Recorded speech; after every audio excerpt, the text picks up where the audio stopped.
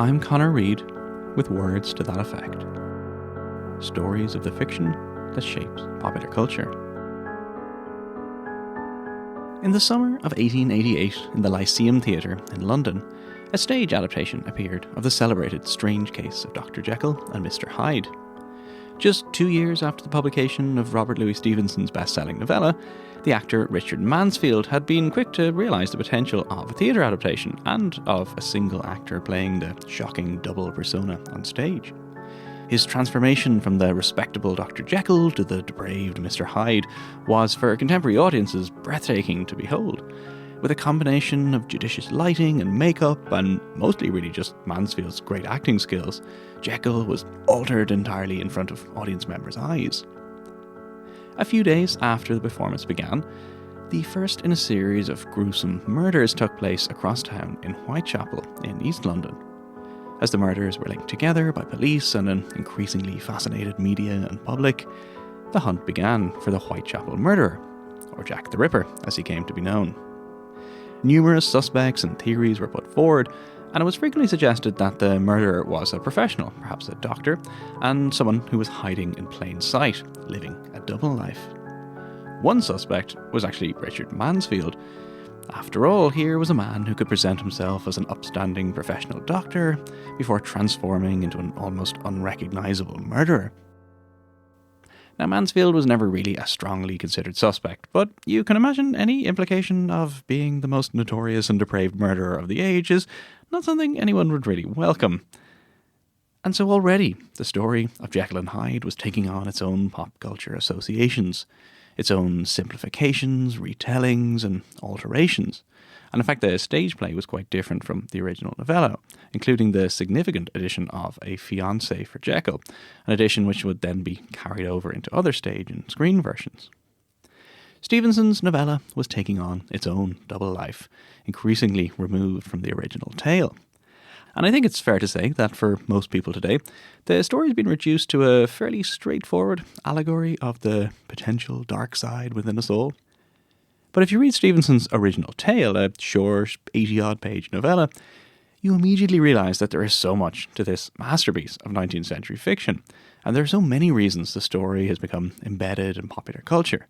I mean, it has everything.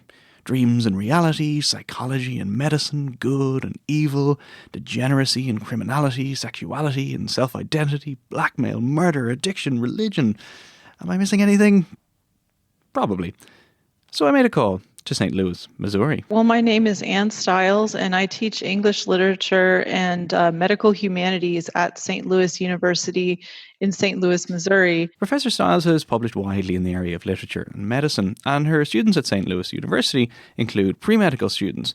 And as we'll see later, it turns out that there are some very important medical contexts to the story of Jekyll and Hyde. So Jekyll and Hyde is one of those popular tales that has largely been disconnected from its source material and from its author.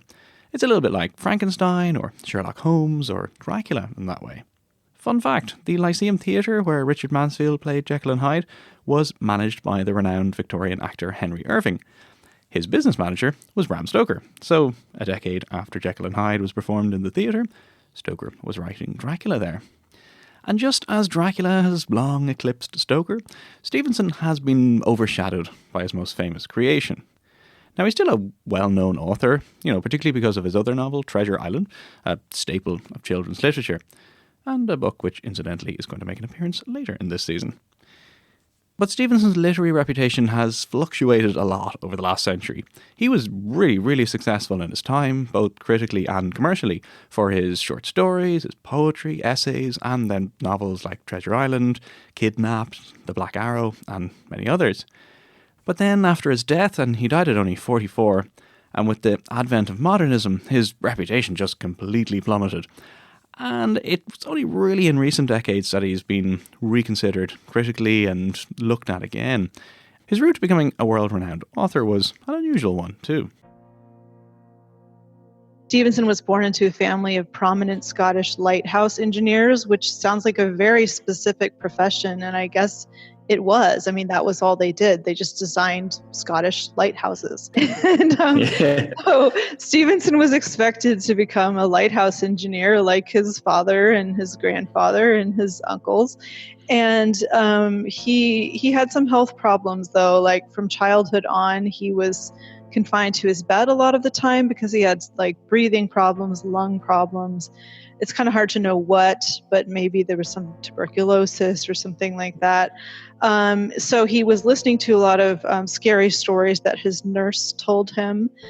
They were very, Calvinist stories, very biblical, good and evil, a lot of devils and hell and stuff like that. So he was imbibing this really scary material as a child. And then growing up, he started out studying engineering, to be a lighthouse engineer like everyone in his family, but it just didn't really take. I mean, I think he was good at it, but he didn't really like it. So then he told his parents, I want to be a lawyer, and he went to law school at the University of Edinburgh. But then he didn't like that either. So then he told his parents, I want to be a novelist. And you can imagine how thrilled they were about that. Yeah. He was really kind of the black sheep of a distinguished lighthouse engineering family, I guess you could say. So the world could have had some, no doubt, very well-designed lighthouses. But instead, we got Jekyll and Hyde. I think he made the right choice. Fittingly, the origins of Jekyll and Hyde itself are in a mixture of nightmare images and frenzied composition. He actually wanted to produce a shilling shocker for the Christmas season, because in the Victorian period, Christmas was when you read horror stories to each other. I don't really know why, but ever since A Christmas Carol by Dickens, which was a ghost story of Christmas, there was kind of this Victorian fad for telling ghost stories around Christmas time. A Victorian fad you'll know all about, of course, because you've heard episode 13 on M.R. James. So Stevenson's publisher wanted him to do this. He had to get cracking on some sort of horror story. And he had this dream that sort of like Frankenstein, where Mary Shelley had a dream and that became the origin of Frankenstein. Well, Stevenson had a dream about, I think it was about a man drinking a potion and changing into something more horrible, so sort of the central conceit of the tale. And then his wife, Fanny Osborne Stevenson, woke him up because he was like shrieking in his sleep. And he was really mad. And he said, "Why did you wake me up? I was dreaming up a fine bogey tale." So he set to work writing down as much of it as he could remember and then kind of elaborating on it. And I think he wrote the first draft in 3 days, or at least that's how the story goes. And he read it to his wife, and she was very opinionated. They sometimes wrote together, so she was by no means just a passive participant in his literary career. She was sometimes a co-author, sometimes a critic of his writing. She said, "Well, I don't think you really play up enough the central metaphor of the duality of man. Like you kind of just, it's a good horror story, but you need to play out that central metaphor." So she really understood the importance of the concept of duality to the story.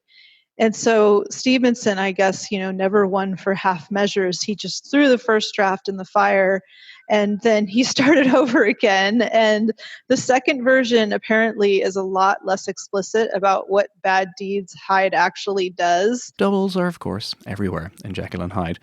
And so it's not surprising that even the story itself has a double, a more lurid version that was never allowed to see the light of day. The Hyde of the final version tramples a girl and murders Sir Danvers Carew, so it's intriguing to think what the original Hyde's terrible deeds were. So the story was published in January 1886, and it was a huge success. It really was kind of just a real great popular success story and kind of a thriller, and people loved it. And it was kind of a sleeper hit, I guess you could say, because it was supposed to be written for the Christmas season, but then the editor didn't think it was going to do well enough to sell over the Christmas season, so they actually bumped it to January. And this was thought to be like the death knell of the tale. If your horror story was being sold in January instead of at Christmas time, it wasn't going to sell that well. But despite that, it sold 40,000 copies immediately, and Queen Victoria read it, and immediately, people were making dramatic versions of it, which vastly simplified the moral complications of the story, but which were nonetheless hugely popular. It was also massively popular in the US, partly because it wasn't protected by copyright laws at that time, so people just started knocking off copies as fast as they could. Not great for Stevenson's royalties, but fantastic for the spread of the story. Now, one of the things to remember in all of this is that, for the vast majority of people today, we can't really read the original story as it was meant to be read. Everyone already knows that Jekyll is Hyde. I mentioned Dracula earlier, and it's kind of the same thing. If you're reading the book when it's first published, you're kind of in the same position as Jonathan Harker, thinking, a count by the name of Dracula has invited me to his castle. Well, that all sounds fine. Nothing could go wrong there. And with Jekyll and Hyde, the revelation is a shocking twist at the end.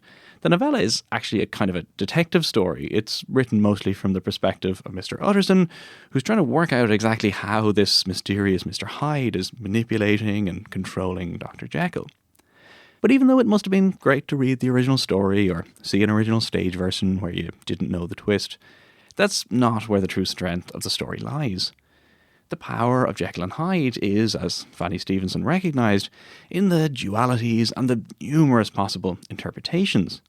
The story itself is quite structurally complicated, with tales within tales and alternative perspectives circling around a central mystery, with two characters who turn out to be an increasingly unstable one. And the story lends itself to all sorts of different readings, some of which were immediately proposed and some of them much, much later. And there is, of course, no definitive answer. And Stevenson was more than happy to let people speculate. His tact was basically to refuse to answer over and over, or to say, I've heard of that theory, but that's not what I meant. And I think maybe he was being just a little bit coy because he realized that the power of his tale is just sort of the multiplicity of interpretations you can put on it, and the fact that there isn't really just one thing that it necessarily has to mean. Does Hyde represent a degeneration to a savage state, a hot topic at that time? He's described on a number of occasions as having hairy hands, being ape-like, and being like a monkey. And what about contemporary theories of criminality and the criminal man? Check out episode 11 for more on that one. Another explanation for Hyde's control of Jekyll is blackmail. At a time when homosexuality was illegal, a man's private life could become a dangerous liability. Wives or female love interests are nowhere to be found in the story, unlike later adaptations.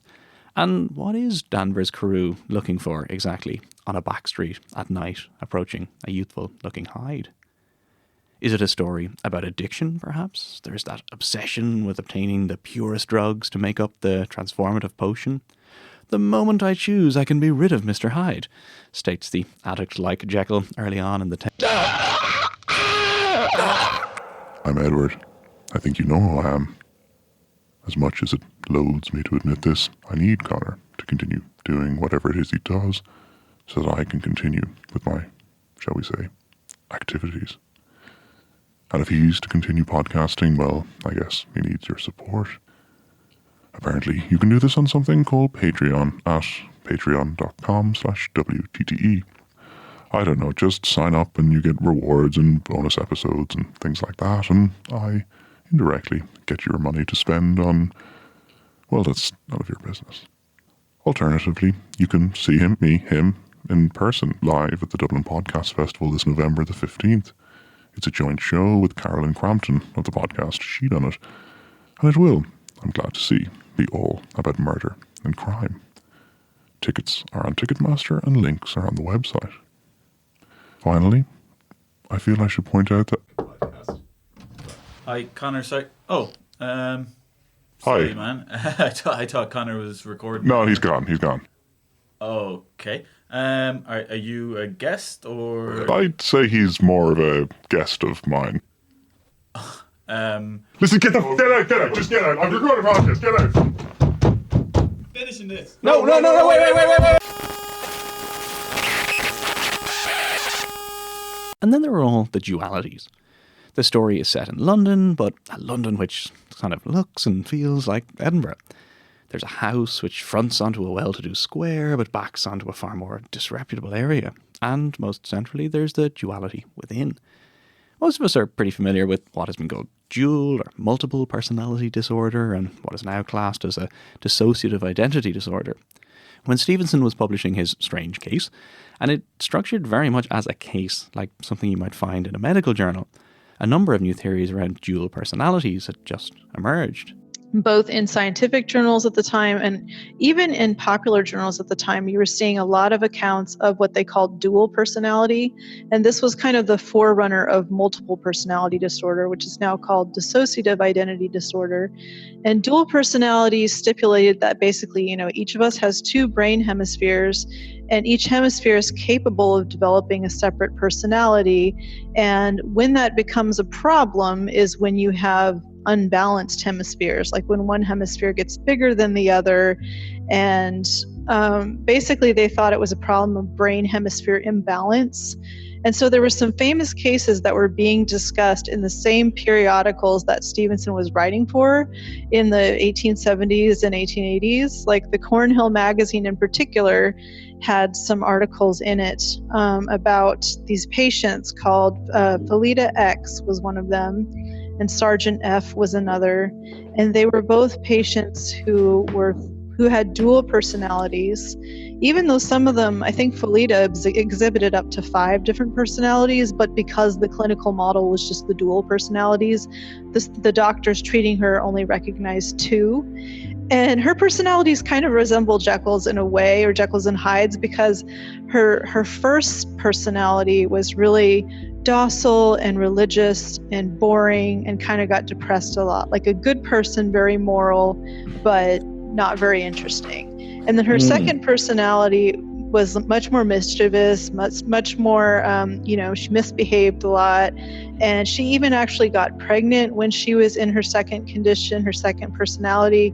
But then she didn't remember when she was in her first personality that she had slept with this man. So she told him off, and I guess she got engaged to him while she was in her second personality state. And then she switched back, and then she said, "I don't know you, get out of my face." I just feel sorry for this guy, because he did end up marrying her.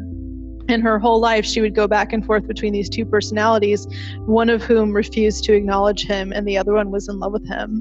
So you can imagine what a complicated life this man must have had.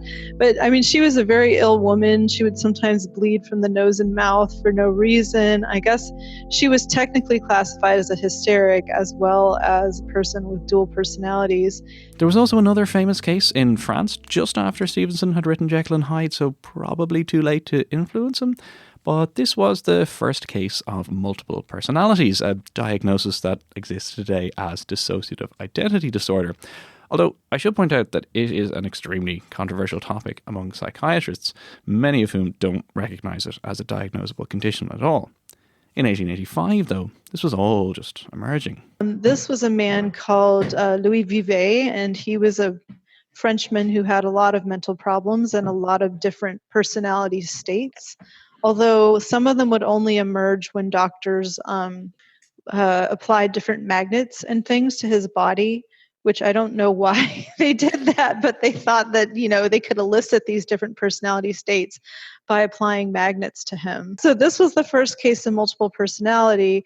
And this was the first time people had ever thought really beyond dual personality. And I think he was a bit of a medical mystery, because you couldn't just attribute each personality to a brain hemisphere. You had to start thinking about other potential causes for the disease. And this was the case that Frederick W.H. Myers, the psychical researcher, actually wrote to Stevenson about right after Jekyll and Hyde came out. And he said, "Were you talking about Louis Vivet? Is this what the story is about?" And Stevenson, as usual, said, I've heard of Louis Vivet, but that was not what I was writing about. So it seems very likely that Stevenson was influenced, among many other things, by contemporary medical research in psychiatry. And so Jekyll and Hyde becomes the first in a long line of stories using dual or multiple personalities for all sorts of fictional reasons, from Psycho to Fight Club to M. Night Shyamalan's recent Split. Not to mention the hundreds of remakes of the Jekyll and Hyde story itself. Well, yeah, I actually like to show students the 1920 silent film adaptation with John Barrymore as Jekyll/Hyde. It's a very good movie, actually, which kind of is surprising given that they didn't have the use of, they didn't there's music, but there's no talking. But they're able to get a lot across just through the images. And John Barrymore is an amazing actor. Like for the first 2/3 of the transformation scenes where he's changing from Jekyll into Hyde or vice versa, they didn't even use any makeup on him. It's just him flailing around and kind of convulsing, and he does a very good job of that. But it's also interesting because they didn't have a rating system at this time. This was all pre-code. So the reviewers had to take it into their own hands to say, like, if you're a nervous person or a pregnant woman or a child, you should not see this movie. And that had the effect, of course, of making everyone want to see the movie and like storm the theaters on the day it opened, because they were just like, oh, if you say it's going to give me a heart attack, then I'm going to go watch it. And so, just as the various characters in Stevenson's story fail to recognise that there's far more to the unassuming Dr. Jekyll, we too need to look beyond the overly simplified versions of the story. Robert Louis Stevenson's masterpiece is an endlessly fascinating, terrifying, and brilliantly written tale of the dualities in the world all around us.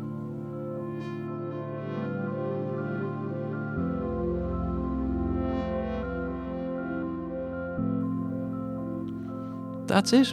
Episode 35 and the beginning of Season 4. It's great to be back. Thank you for bearing with me during the break.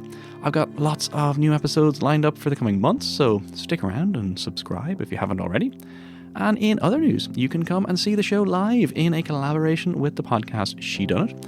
We've got live shows at the Dublin Podcast Festival on November 15th, and then in Birmingham at Pod UK next February. The upcoming show is in Dublin's brand new venue, the Podcast Studios, and tickets are an outrageously reasonable €15. So have a look on the website, wttepodcast.com, for all the links to that, or just type Dublin Podcast Festival and you should find it.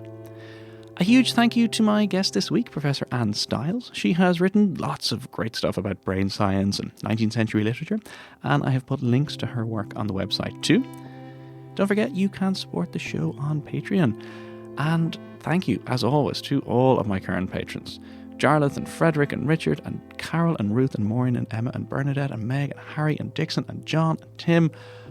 I hope you enjoyed the bonus episode, and there will be more of these. You too can have a listen to that lovely bonus episode and become a member if you head to patreon.com/WTTE. Music this week came from the wonderful Philip Coleman and the fantastic Paddy Mulcahy. There are links to their music on the WTTE website as well. And I think that's pretty much it. You can follow the show on Facebook and Instagram, and I'm on Twitter at CEDReid, CEDReid. Thanks so much for listening, and I'll see you in 2 weeks. This podcast is part of the Headstuff Podcast Network.